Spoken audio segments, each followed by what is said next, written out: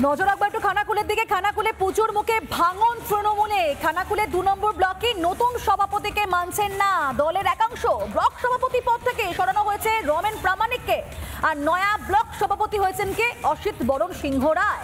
দলের এহেন সিদ্ধান্ত মানতে নারাজ আবার কর্মীরা, দল থেকে সরছেন তৃণমূলের কর্মীরা।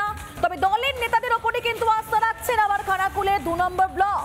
তৃণমূলের নতুন সভাপতি অসিত বরণ সিংহ রায় তিনি হয়েছেন, কেউ মানছেন কেউ মানছেন না, কিন্তু এই না মানামানি এবং মানামানির মধ্যে দিয়ে কিন্তু দলের অন্তর্কলহতা আরো বেশি করে প্রকট হচ্ছে। খানাকুলে একেবারে পুজোর মুখে সেখানে ভাঙন তৃণমূলে, বলা যায় দুটো ভাগ হয়ে গিয়েছে এই মুহূর্তে তৃণমূল।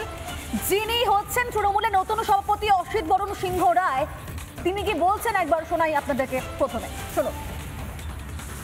আমার সাথে কোনো কারো গরমিল নেই, মতানৈক্য বা ভাগভুটোরা বা কাউকে সম্মান প্রদর্শন না করা।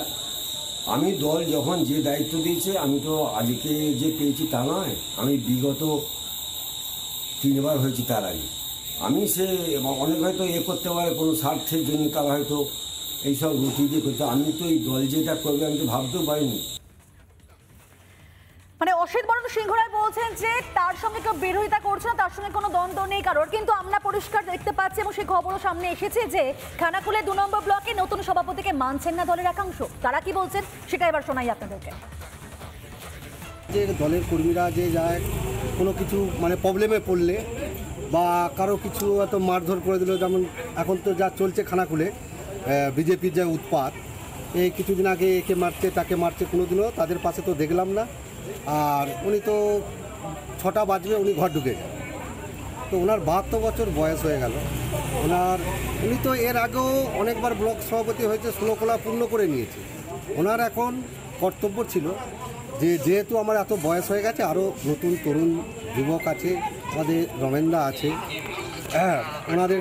ওনাদেরকে না করে উনি নিজের পদের এতে ছুটলেন।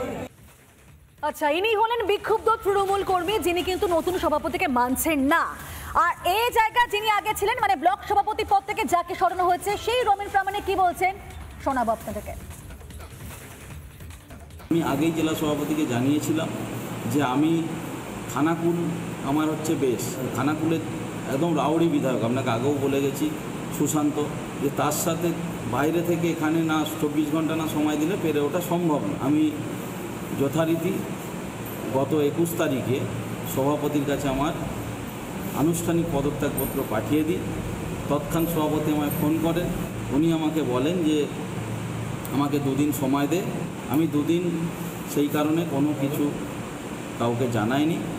আজকে 3য় দিন, 2 দিনে যখন উনি আর যোগাযোগ করেননি আমার সাথে, সেই কারণে আমি আজকে সংবাদ মাধ্যমের ভাই বোনেদের ডেকে, সাংবাদিকদের ডেকে আনুষ্ঠানিকভাবে আমি সম্মেলন করে পদত্যাগের কথা জানিয়ে দিচ্ছি। পদত্যাগের কথা জানিয়েছেন রমেন প্রামাণিক এবং তার কথা আপনাদের শোনালাম, অর্থাৎ যিনি ছিলেন প্রাক্তন ব্লক সভাপতি। তবে কিন্তু সেখানে একটা ব্যাপার একেবারে পরিষ্কার যে খানাকুলে অনেকদিন ধরে ব্যাকফুটে রয়েছে তৃণমূল, আর তার মাঝে এবার নয়া দ্বন্দ্ব, এই তৃণমূলের অন্তর্কলহ সামনে আসছে। এ নিয়ে বিজেপির তরফ থেকে কি বলা হচ্ছে, কি বলেছেন বিজেপি বিধায়ক শুনুন। তৃণমূলের এই গোষ্ঠীবাজি আমরা সেই শুরু থেকেই দেখে আসছি। এদের সব জগাই মাথায়ের কারবার, ভাগ বটোয়ারা নিয়ে কম যখন পড়ে এ ওকে গালি দেয়, ও ওকে গালি দেয়।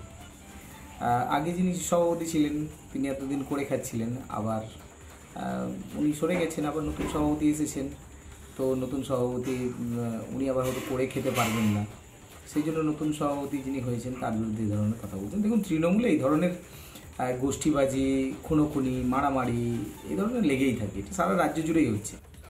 নানা ধরনের কন্টেন্ট দেখার জন্য লাইক করুন, শেয়ার করুন আমাদের ফেসবুক পেজ, সাবস্ক্রাইব করুন আমাদের ইউটিউব চ্যানেল। পাশাপাশি অন্যান্য ব্রেকিং নিউজের জন্য অবশ্যই চোখ রাখুন রিপাবলিক বাংলায়।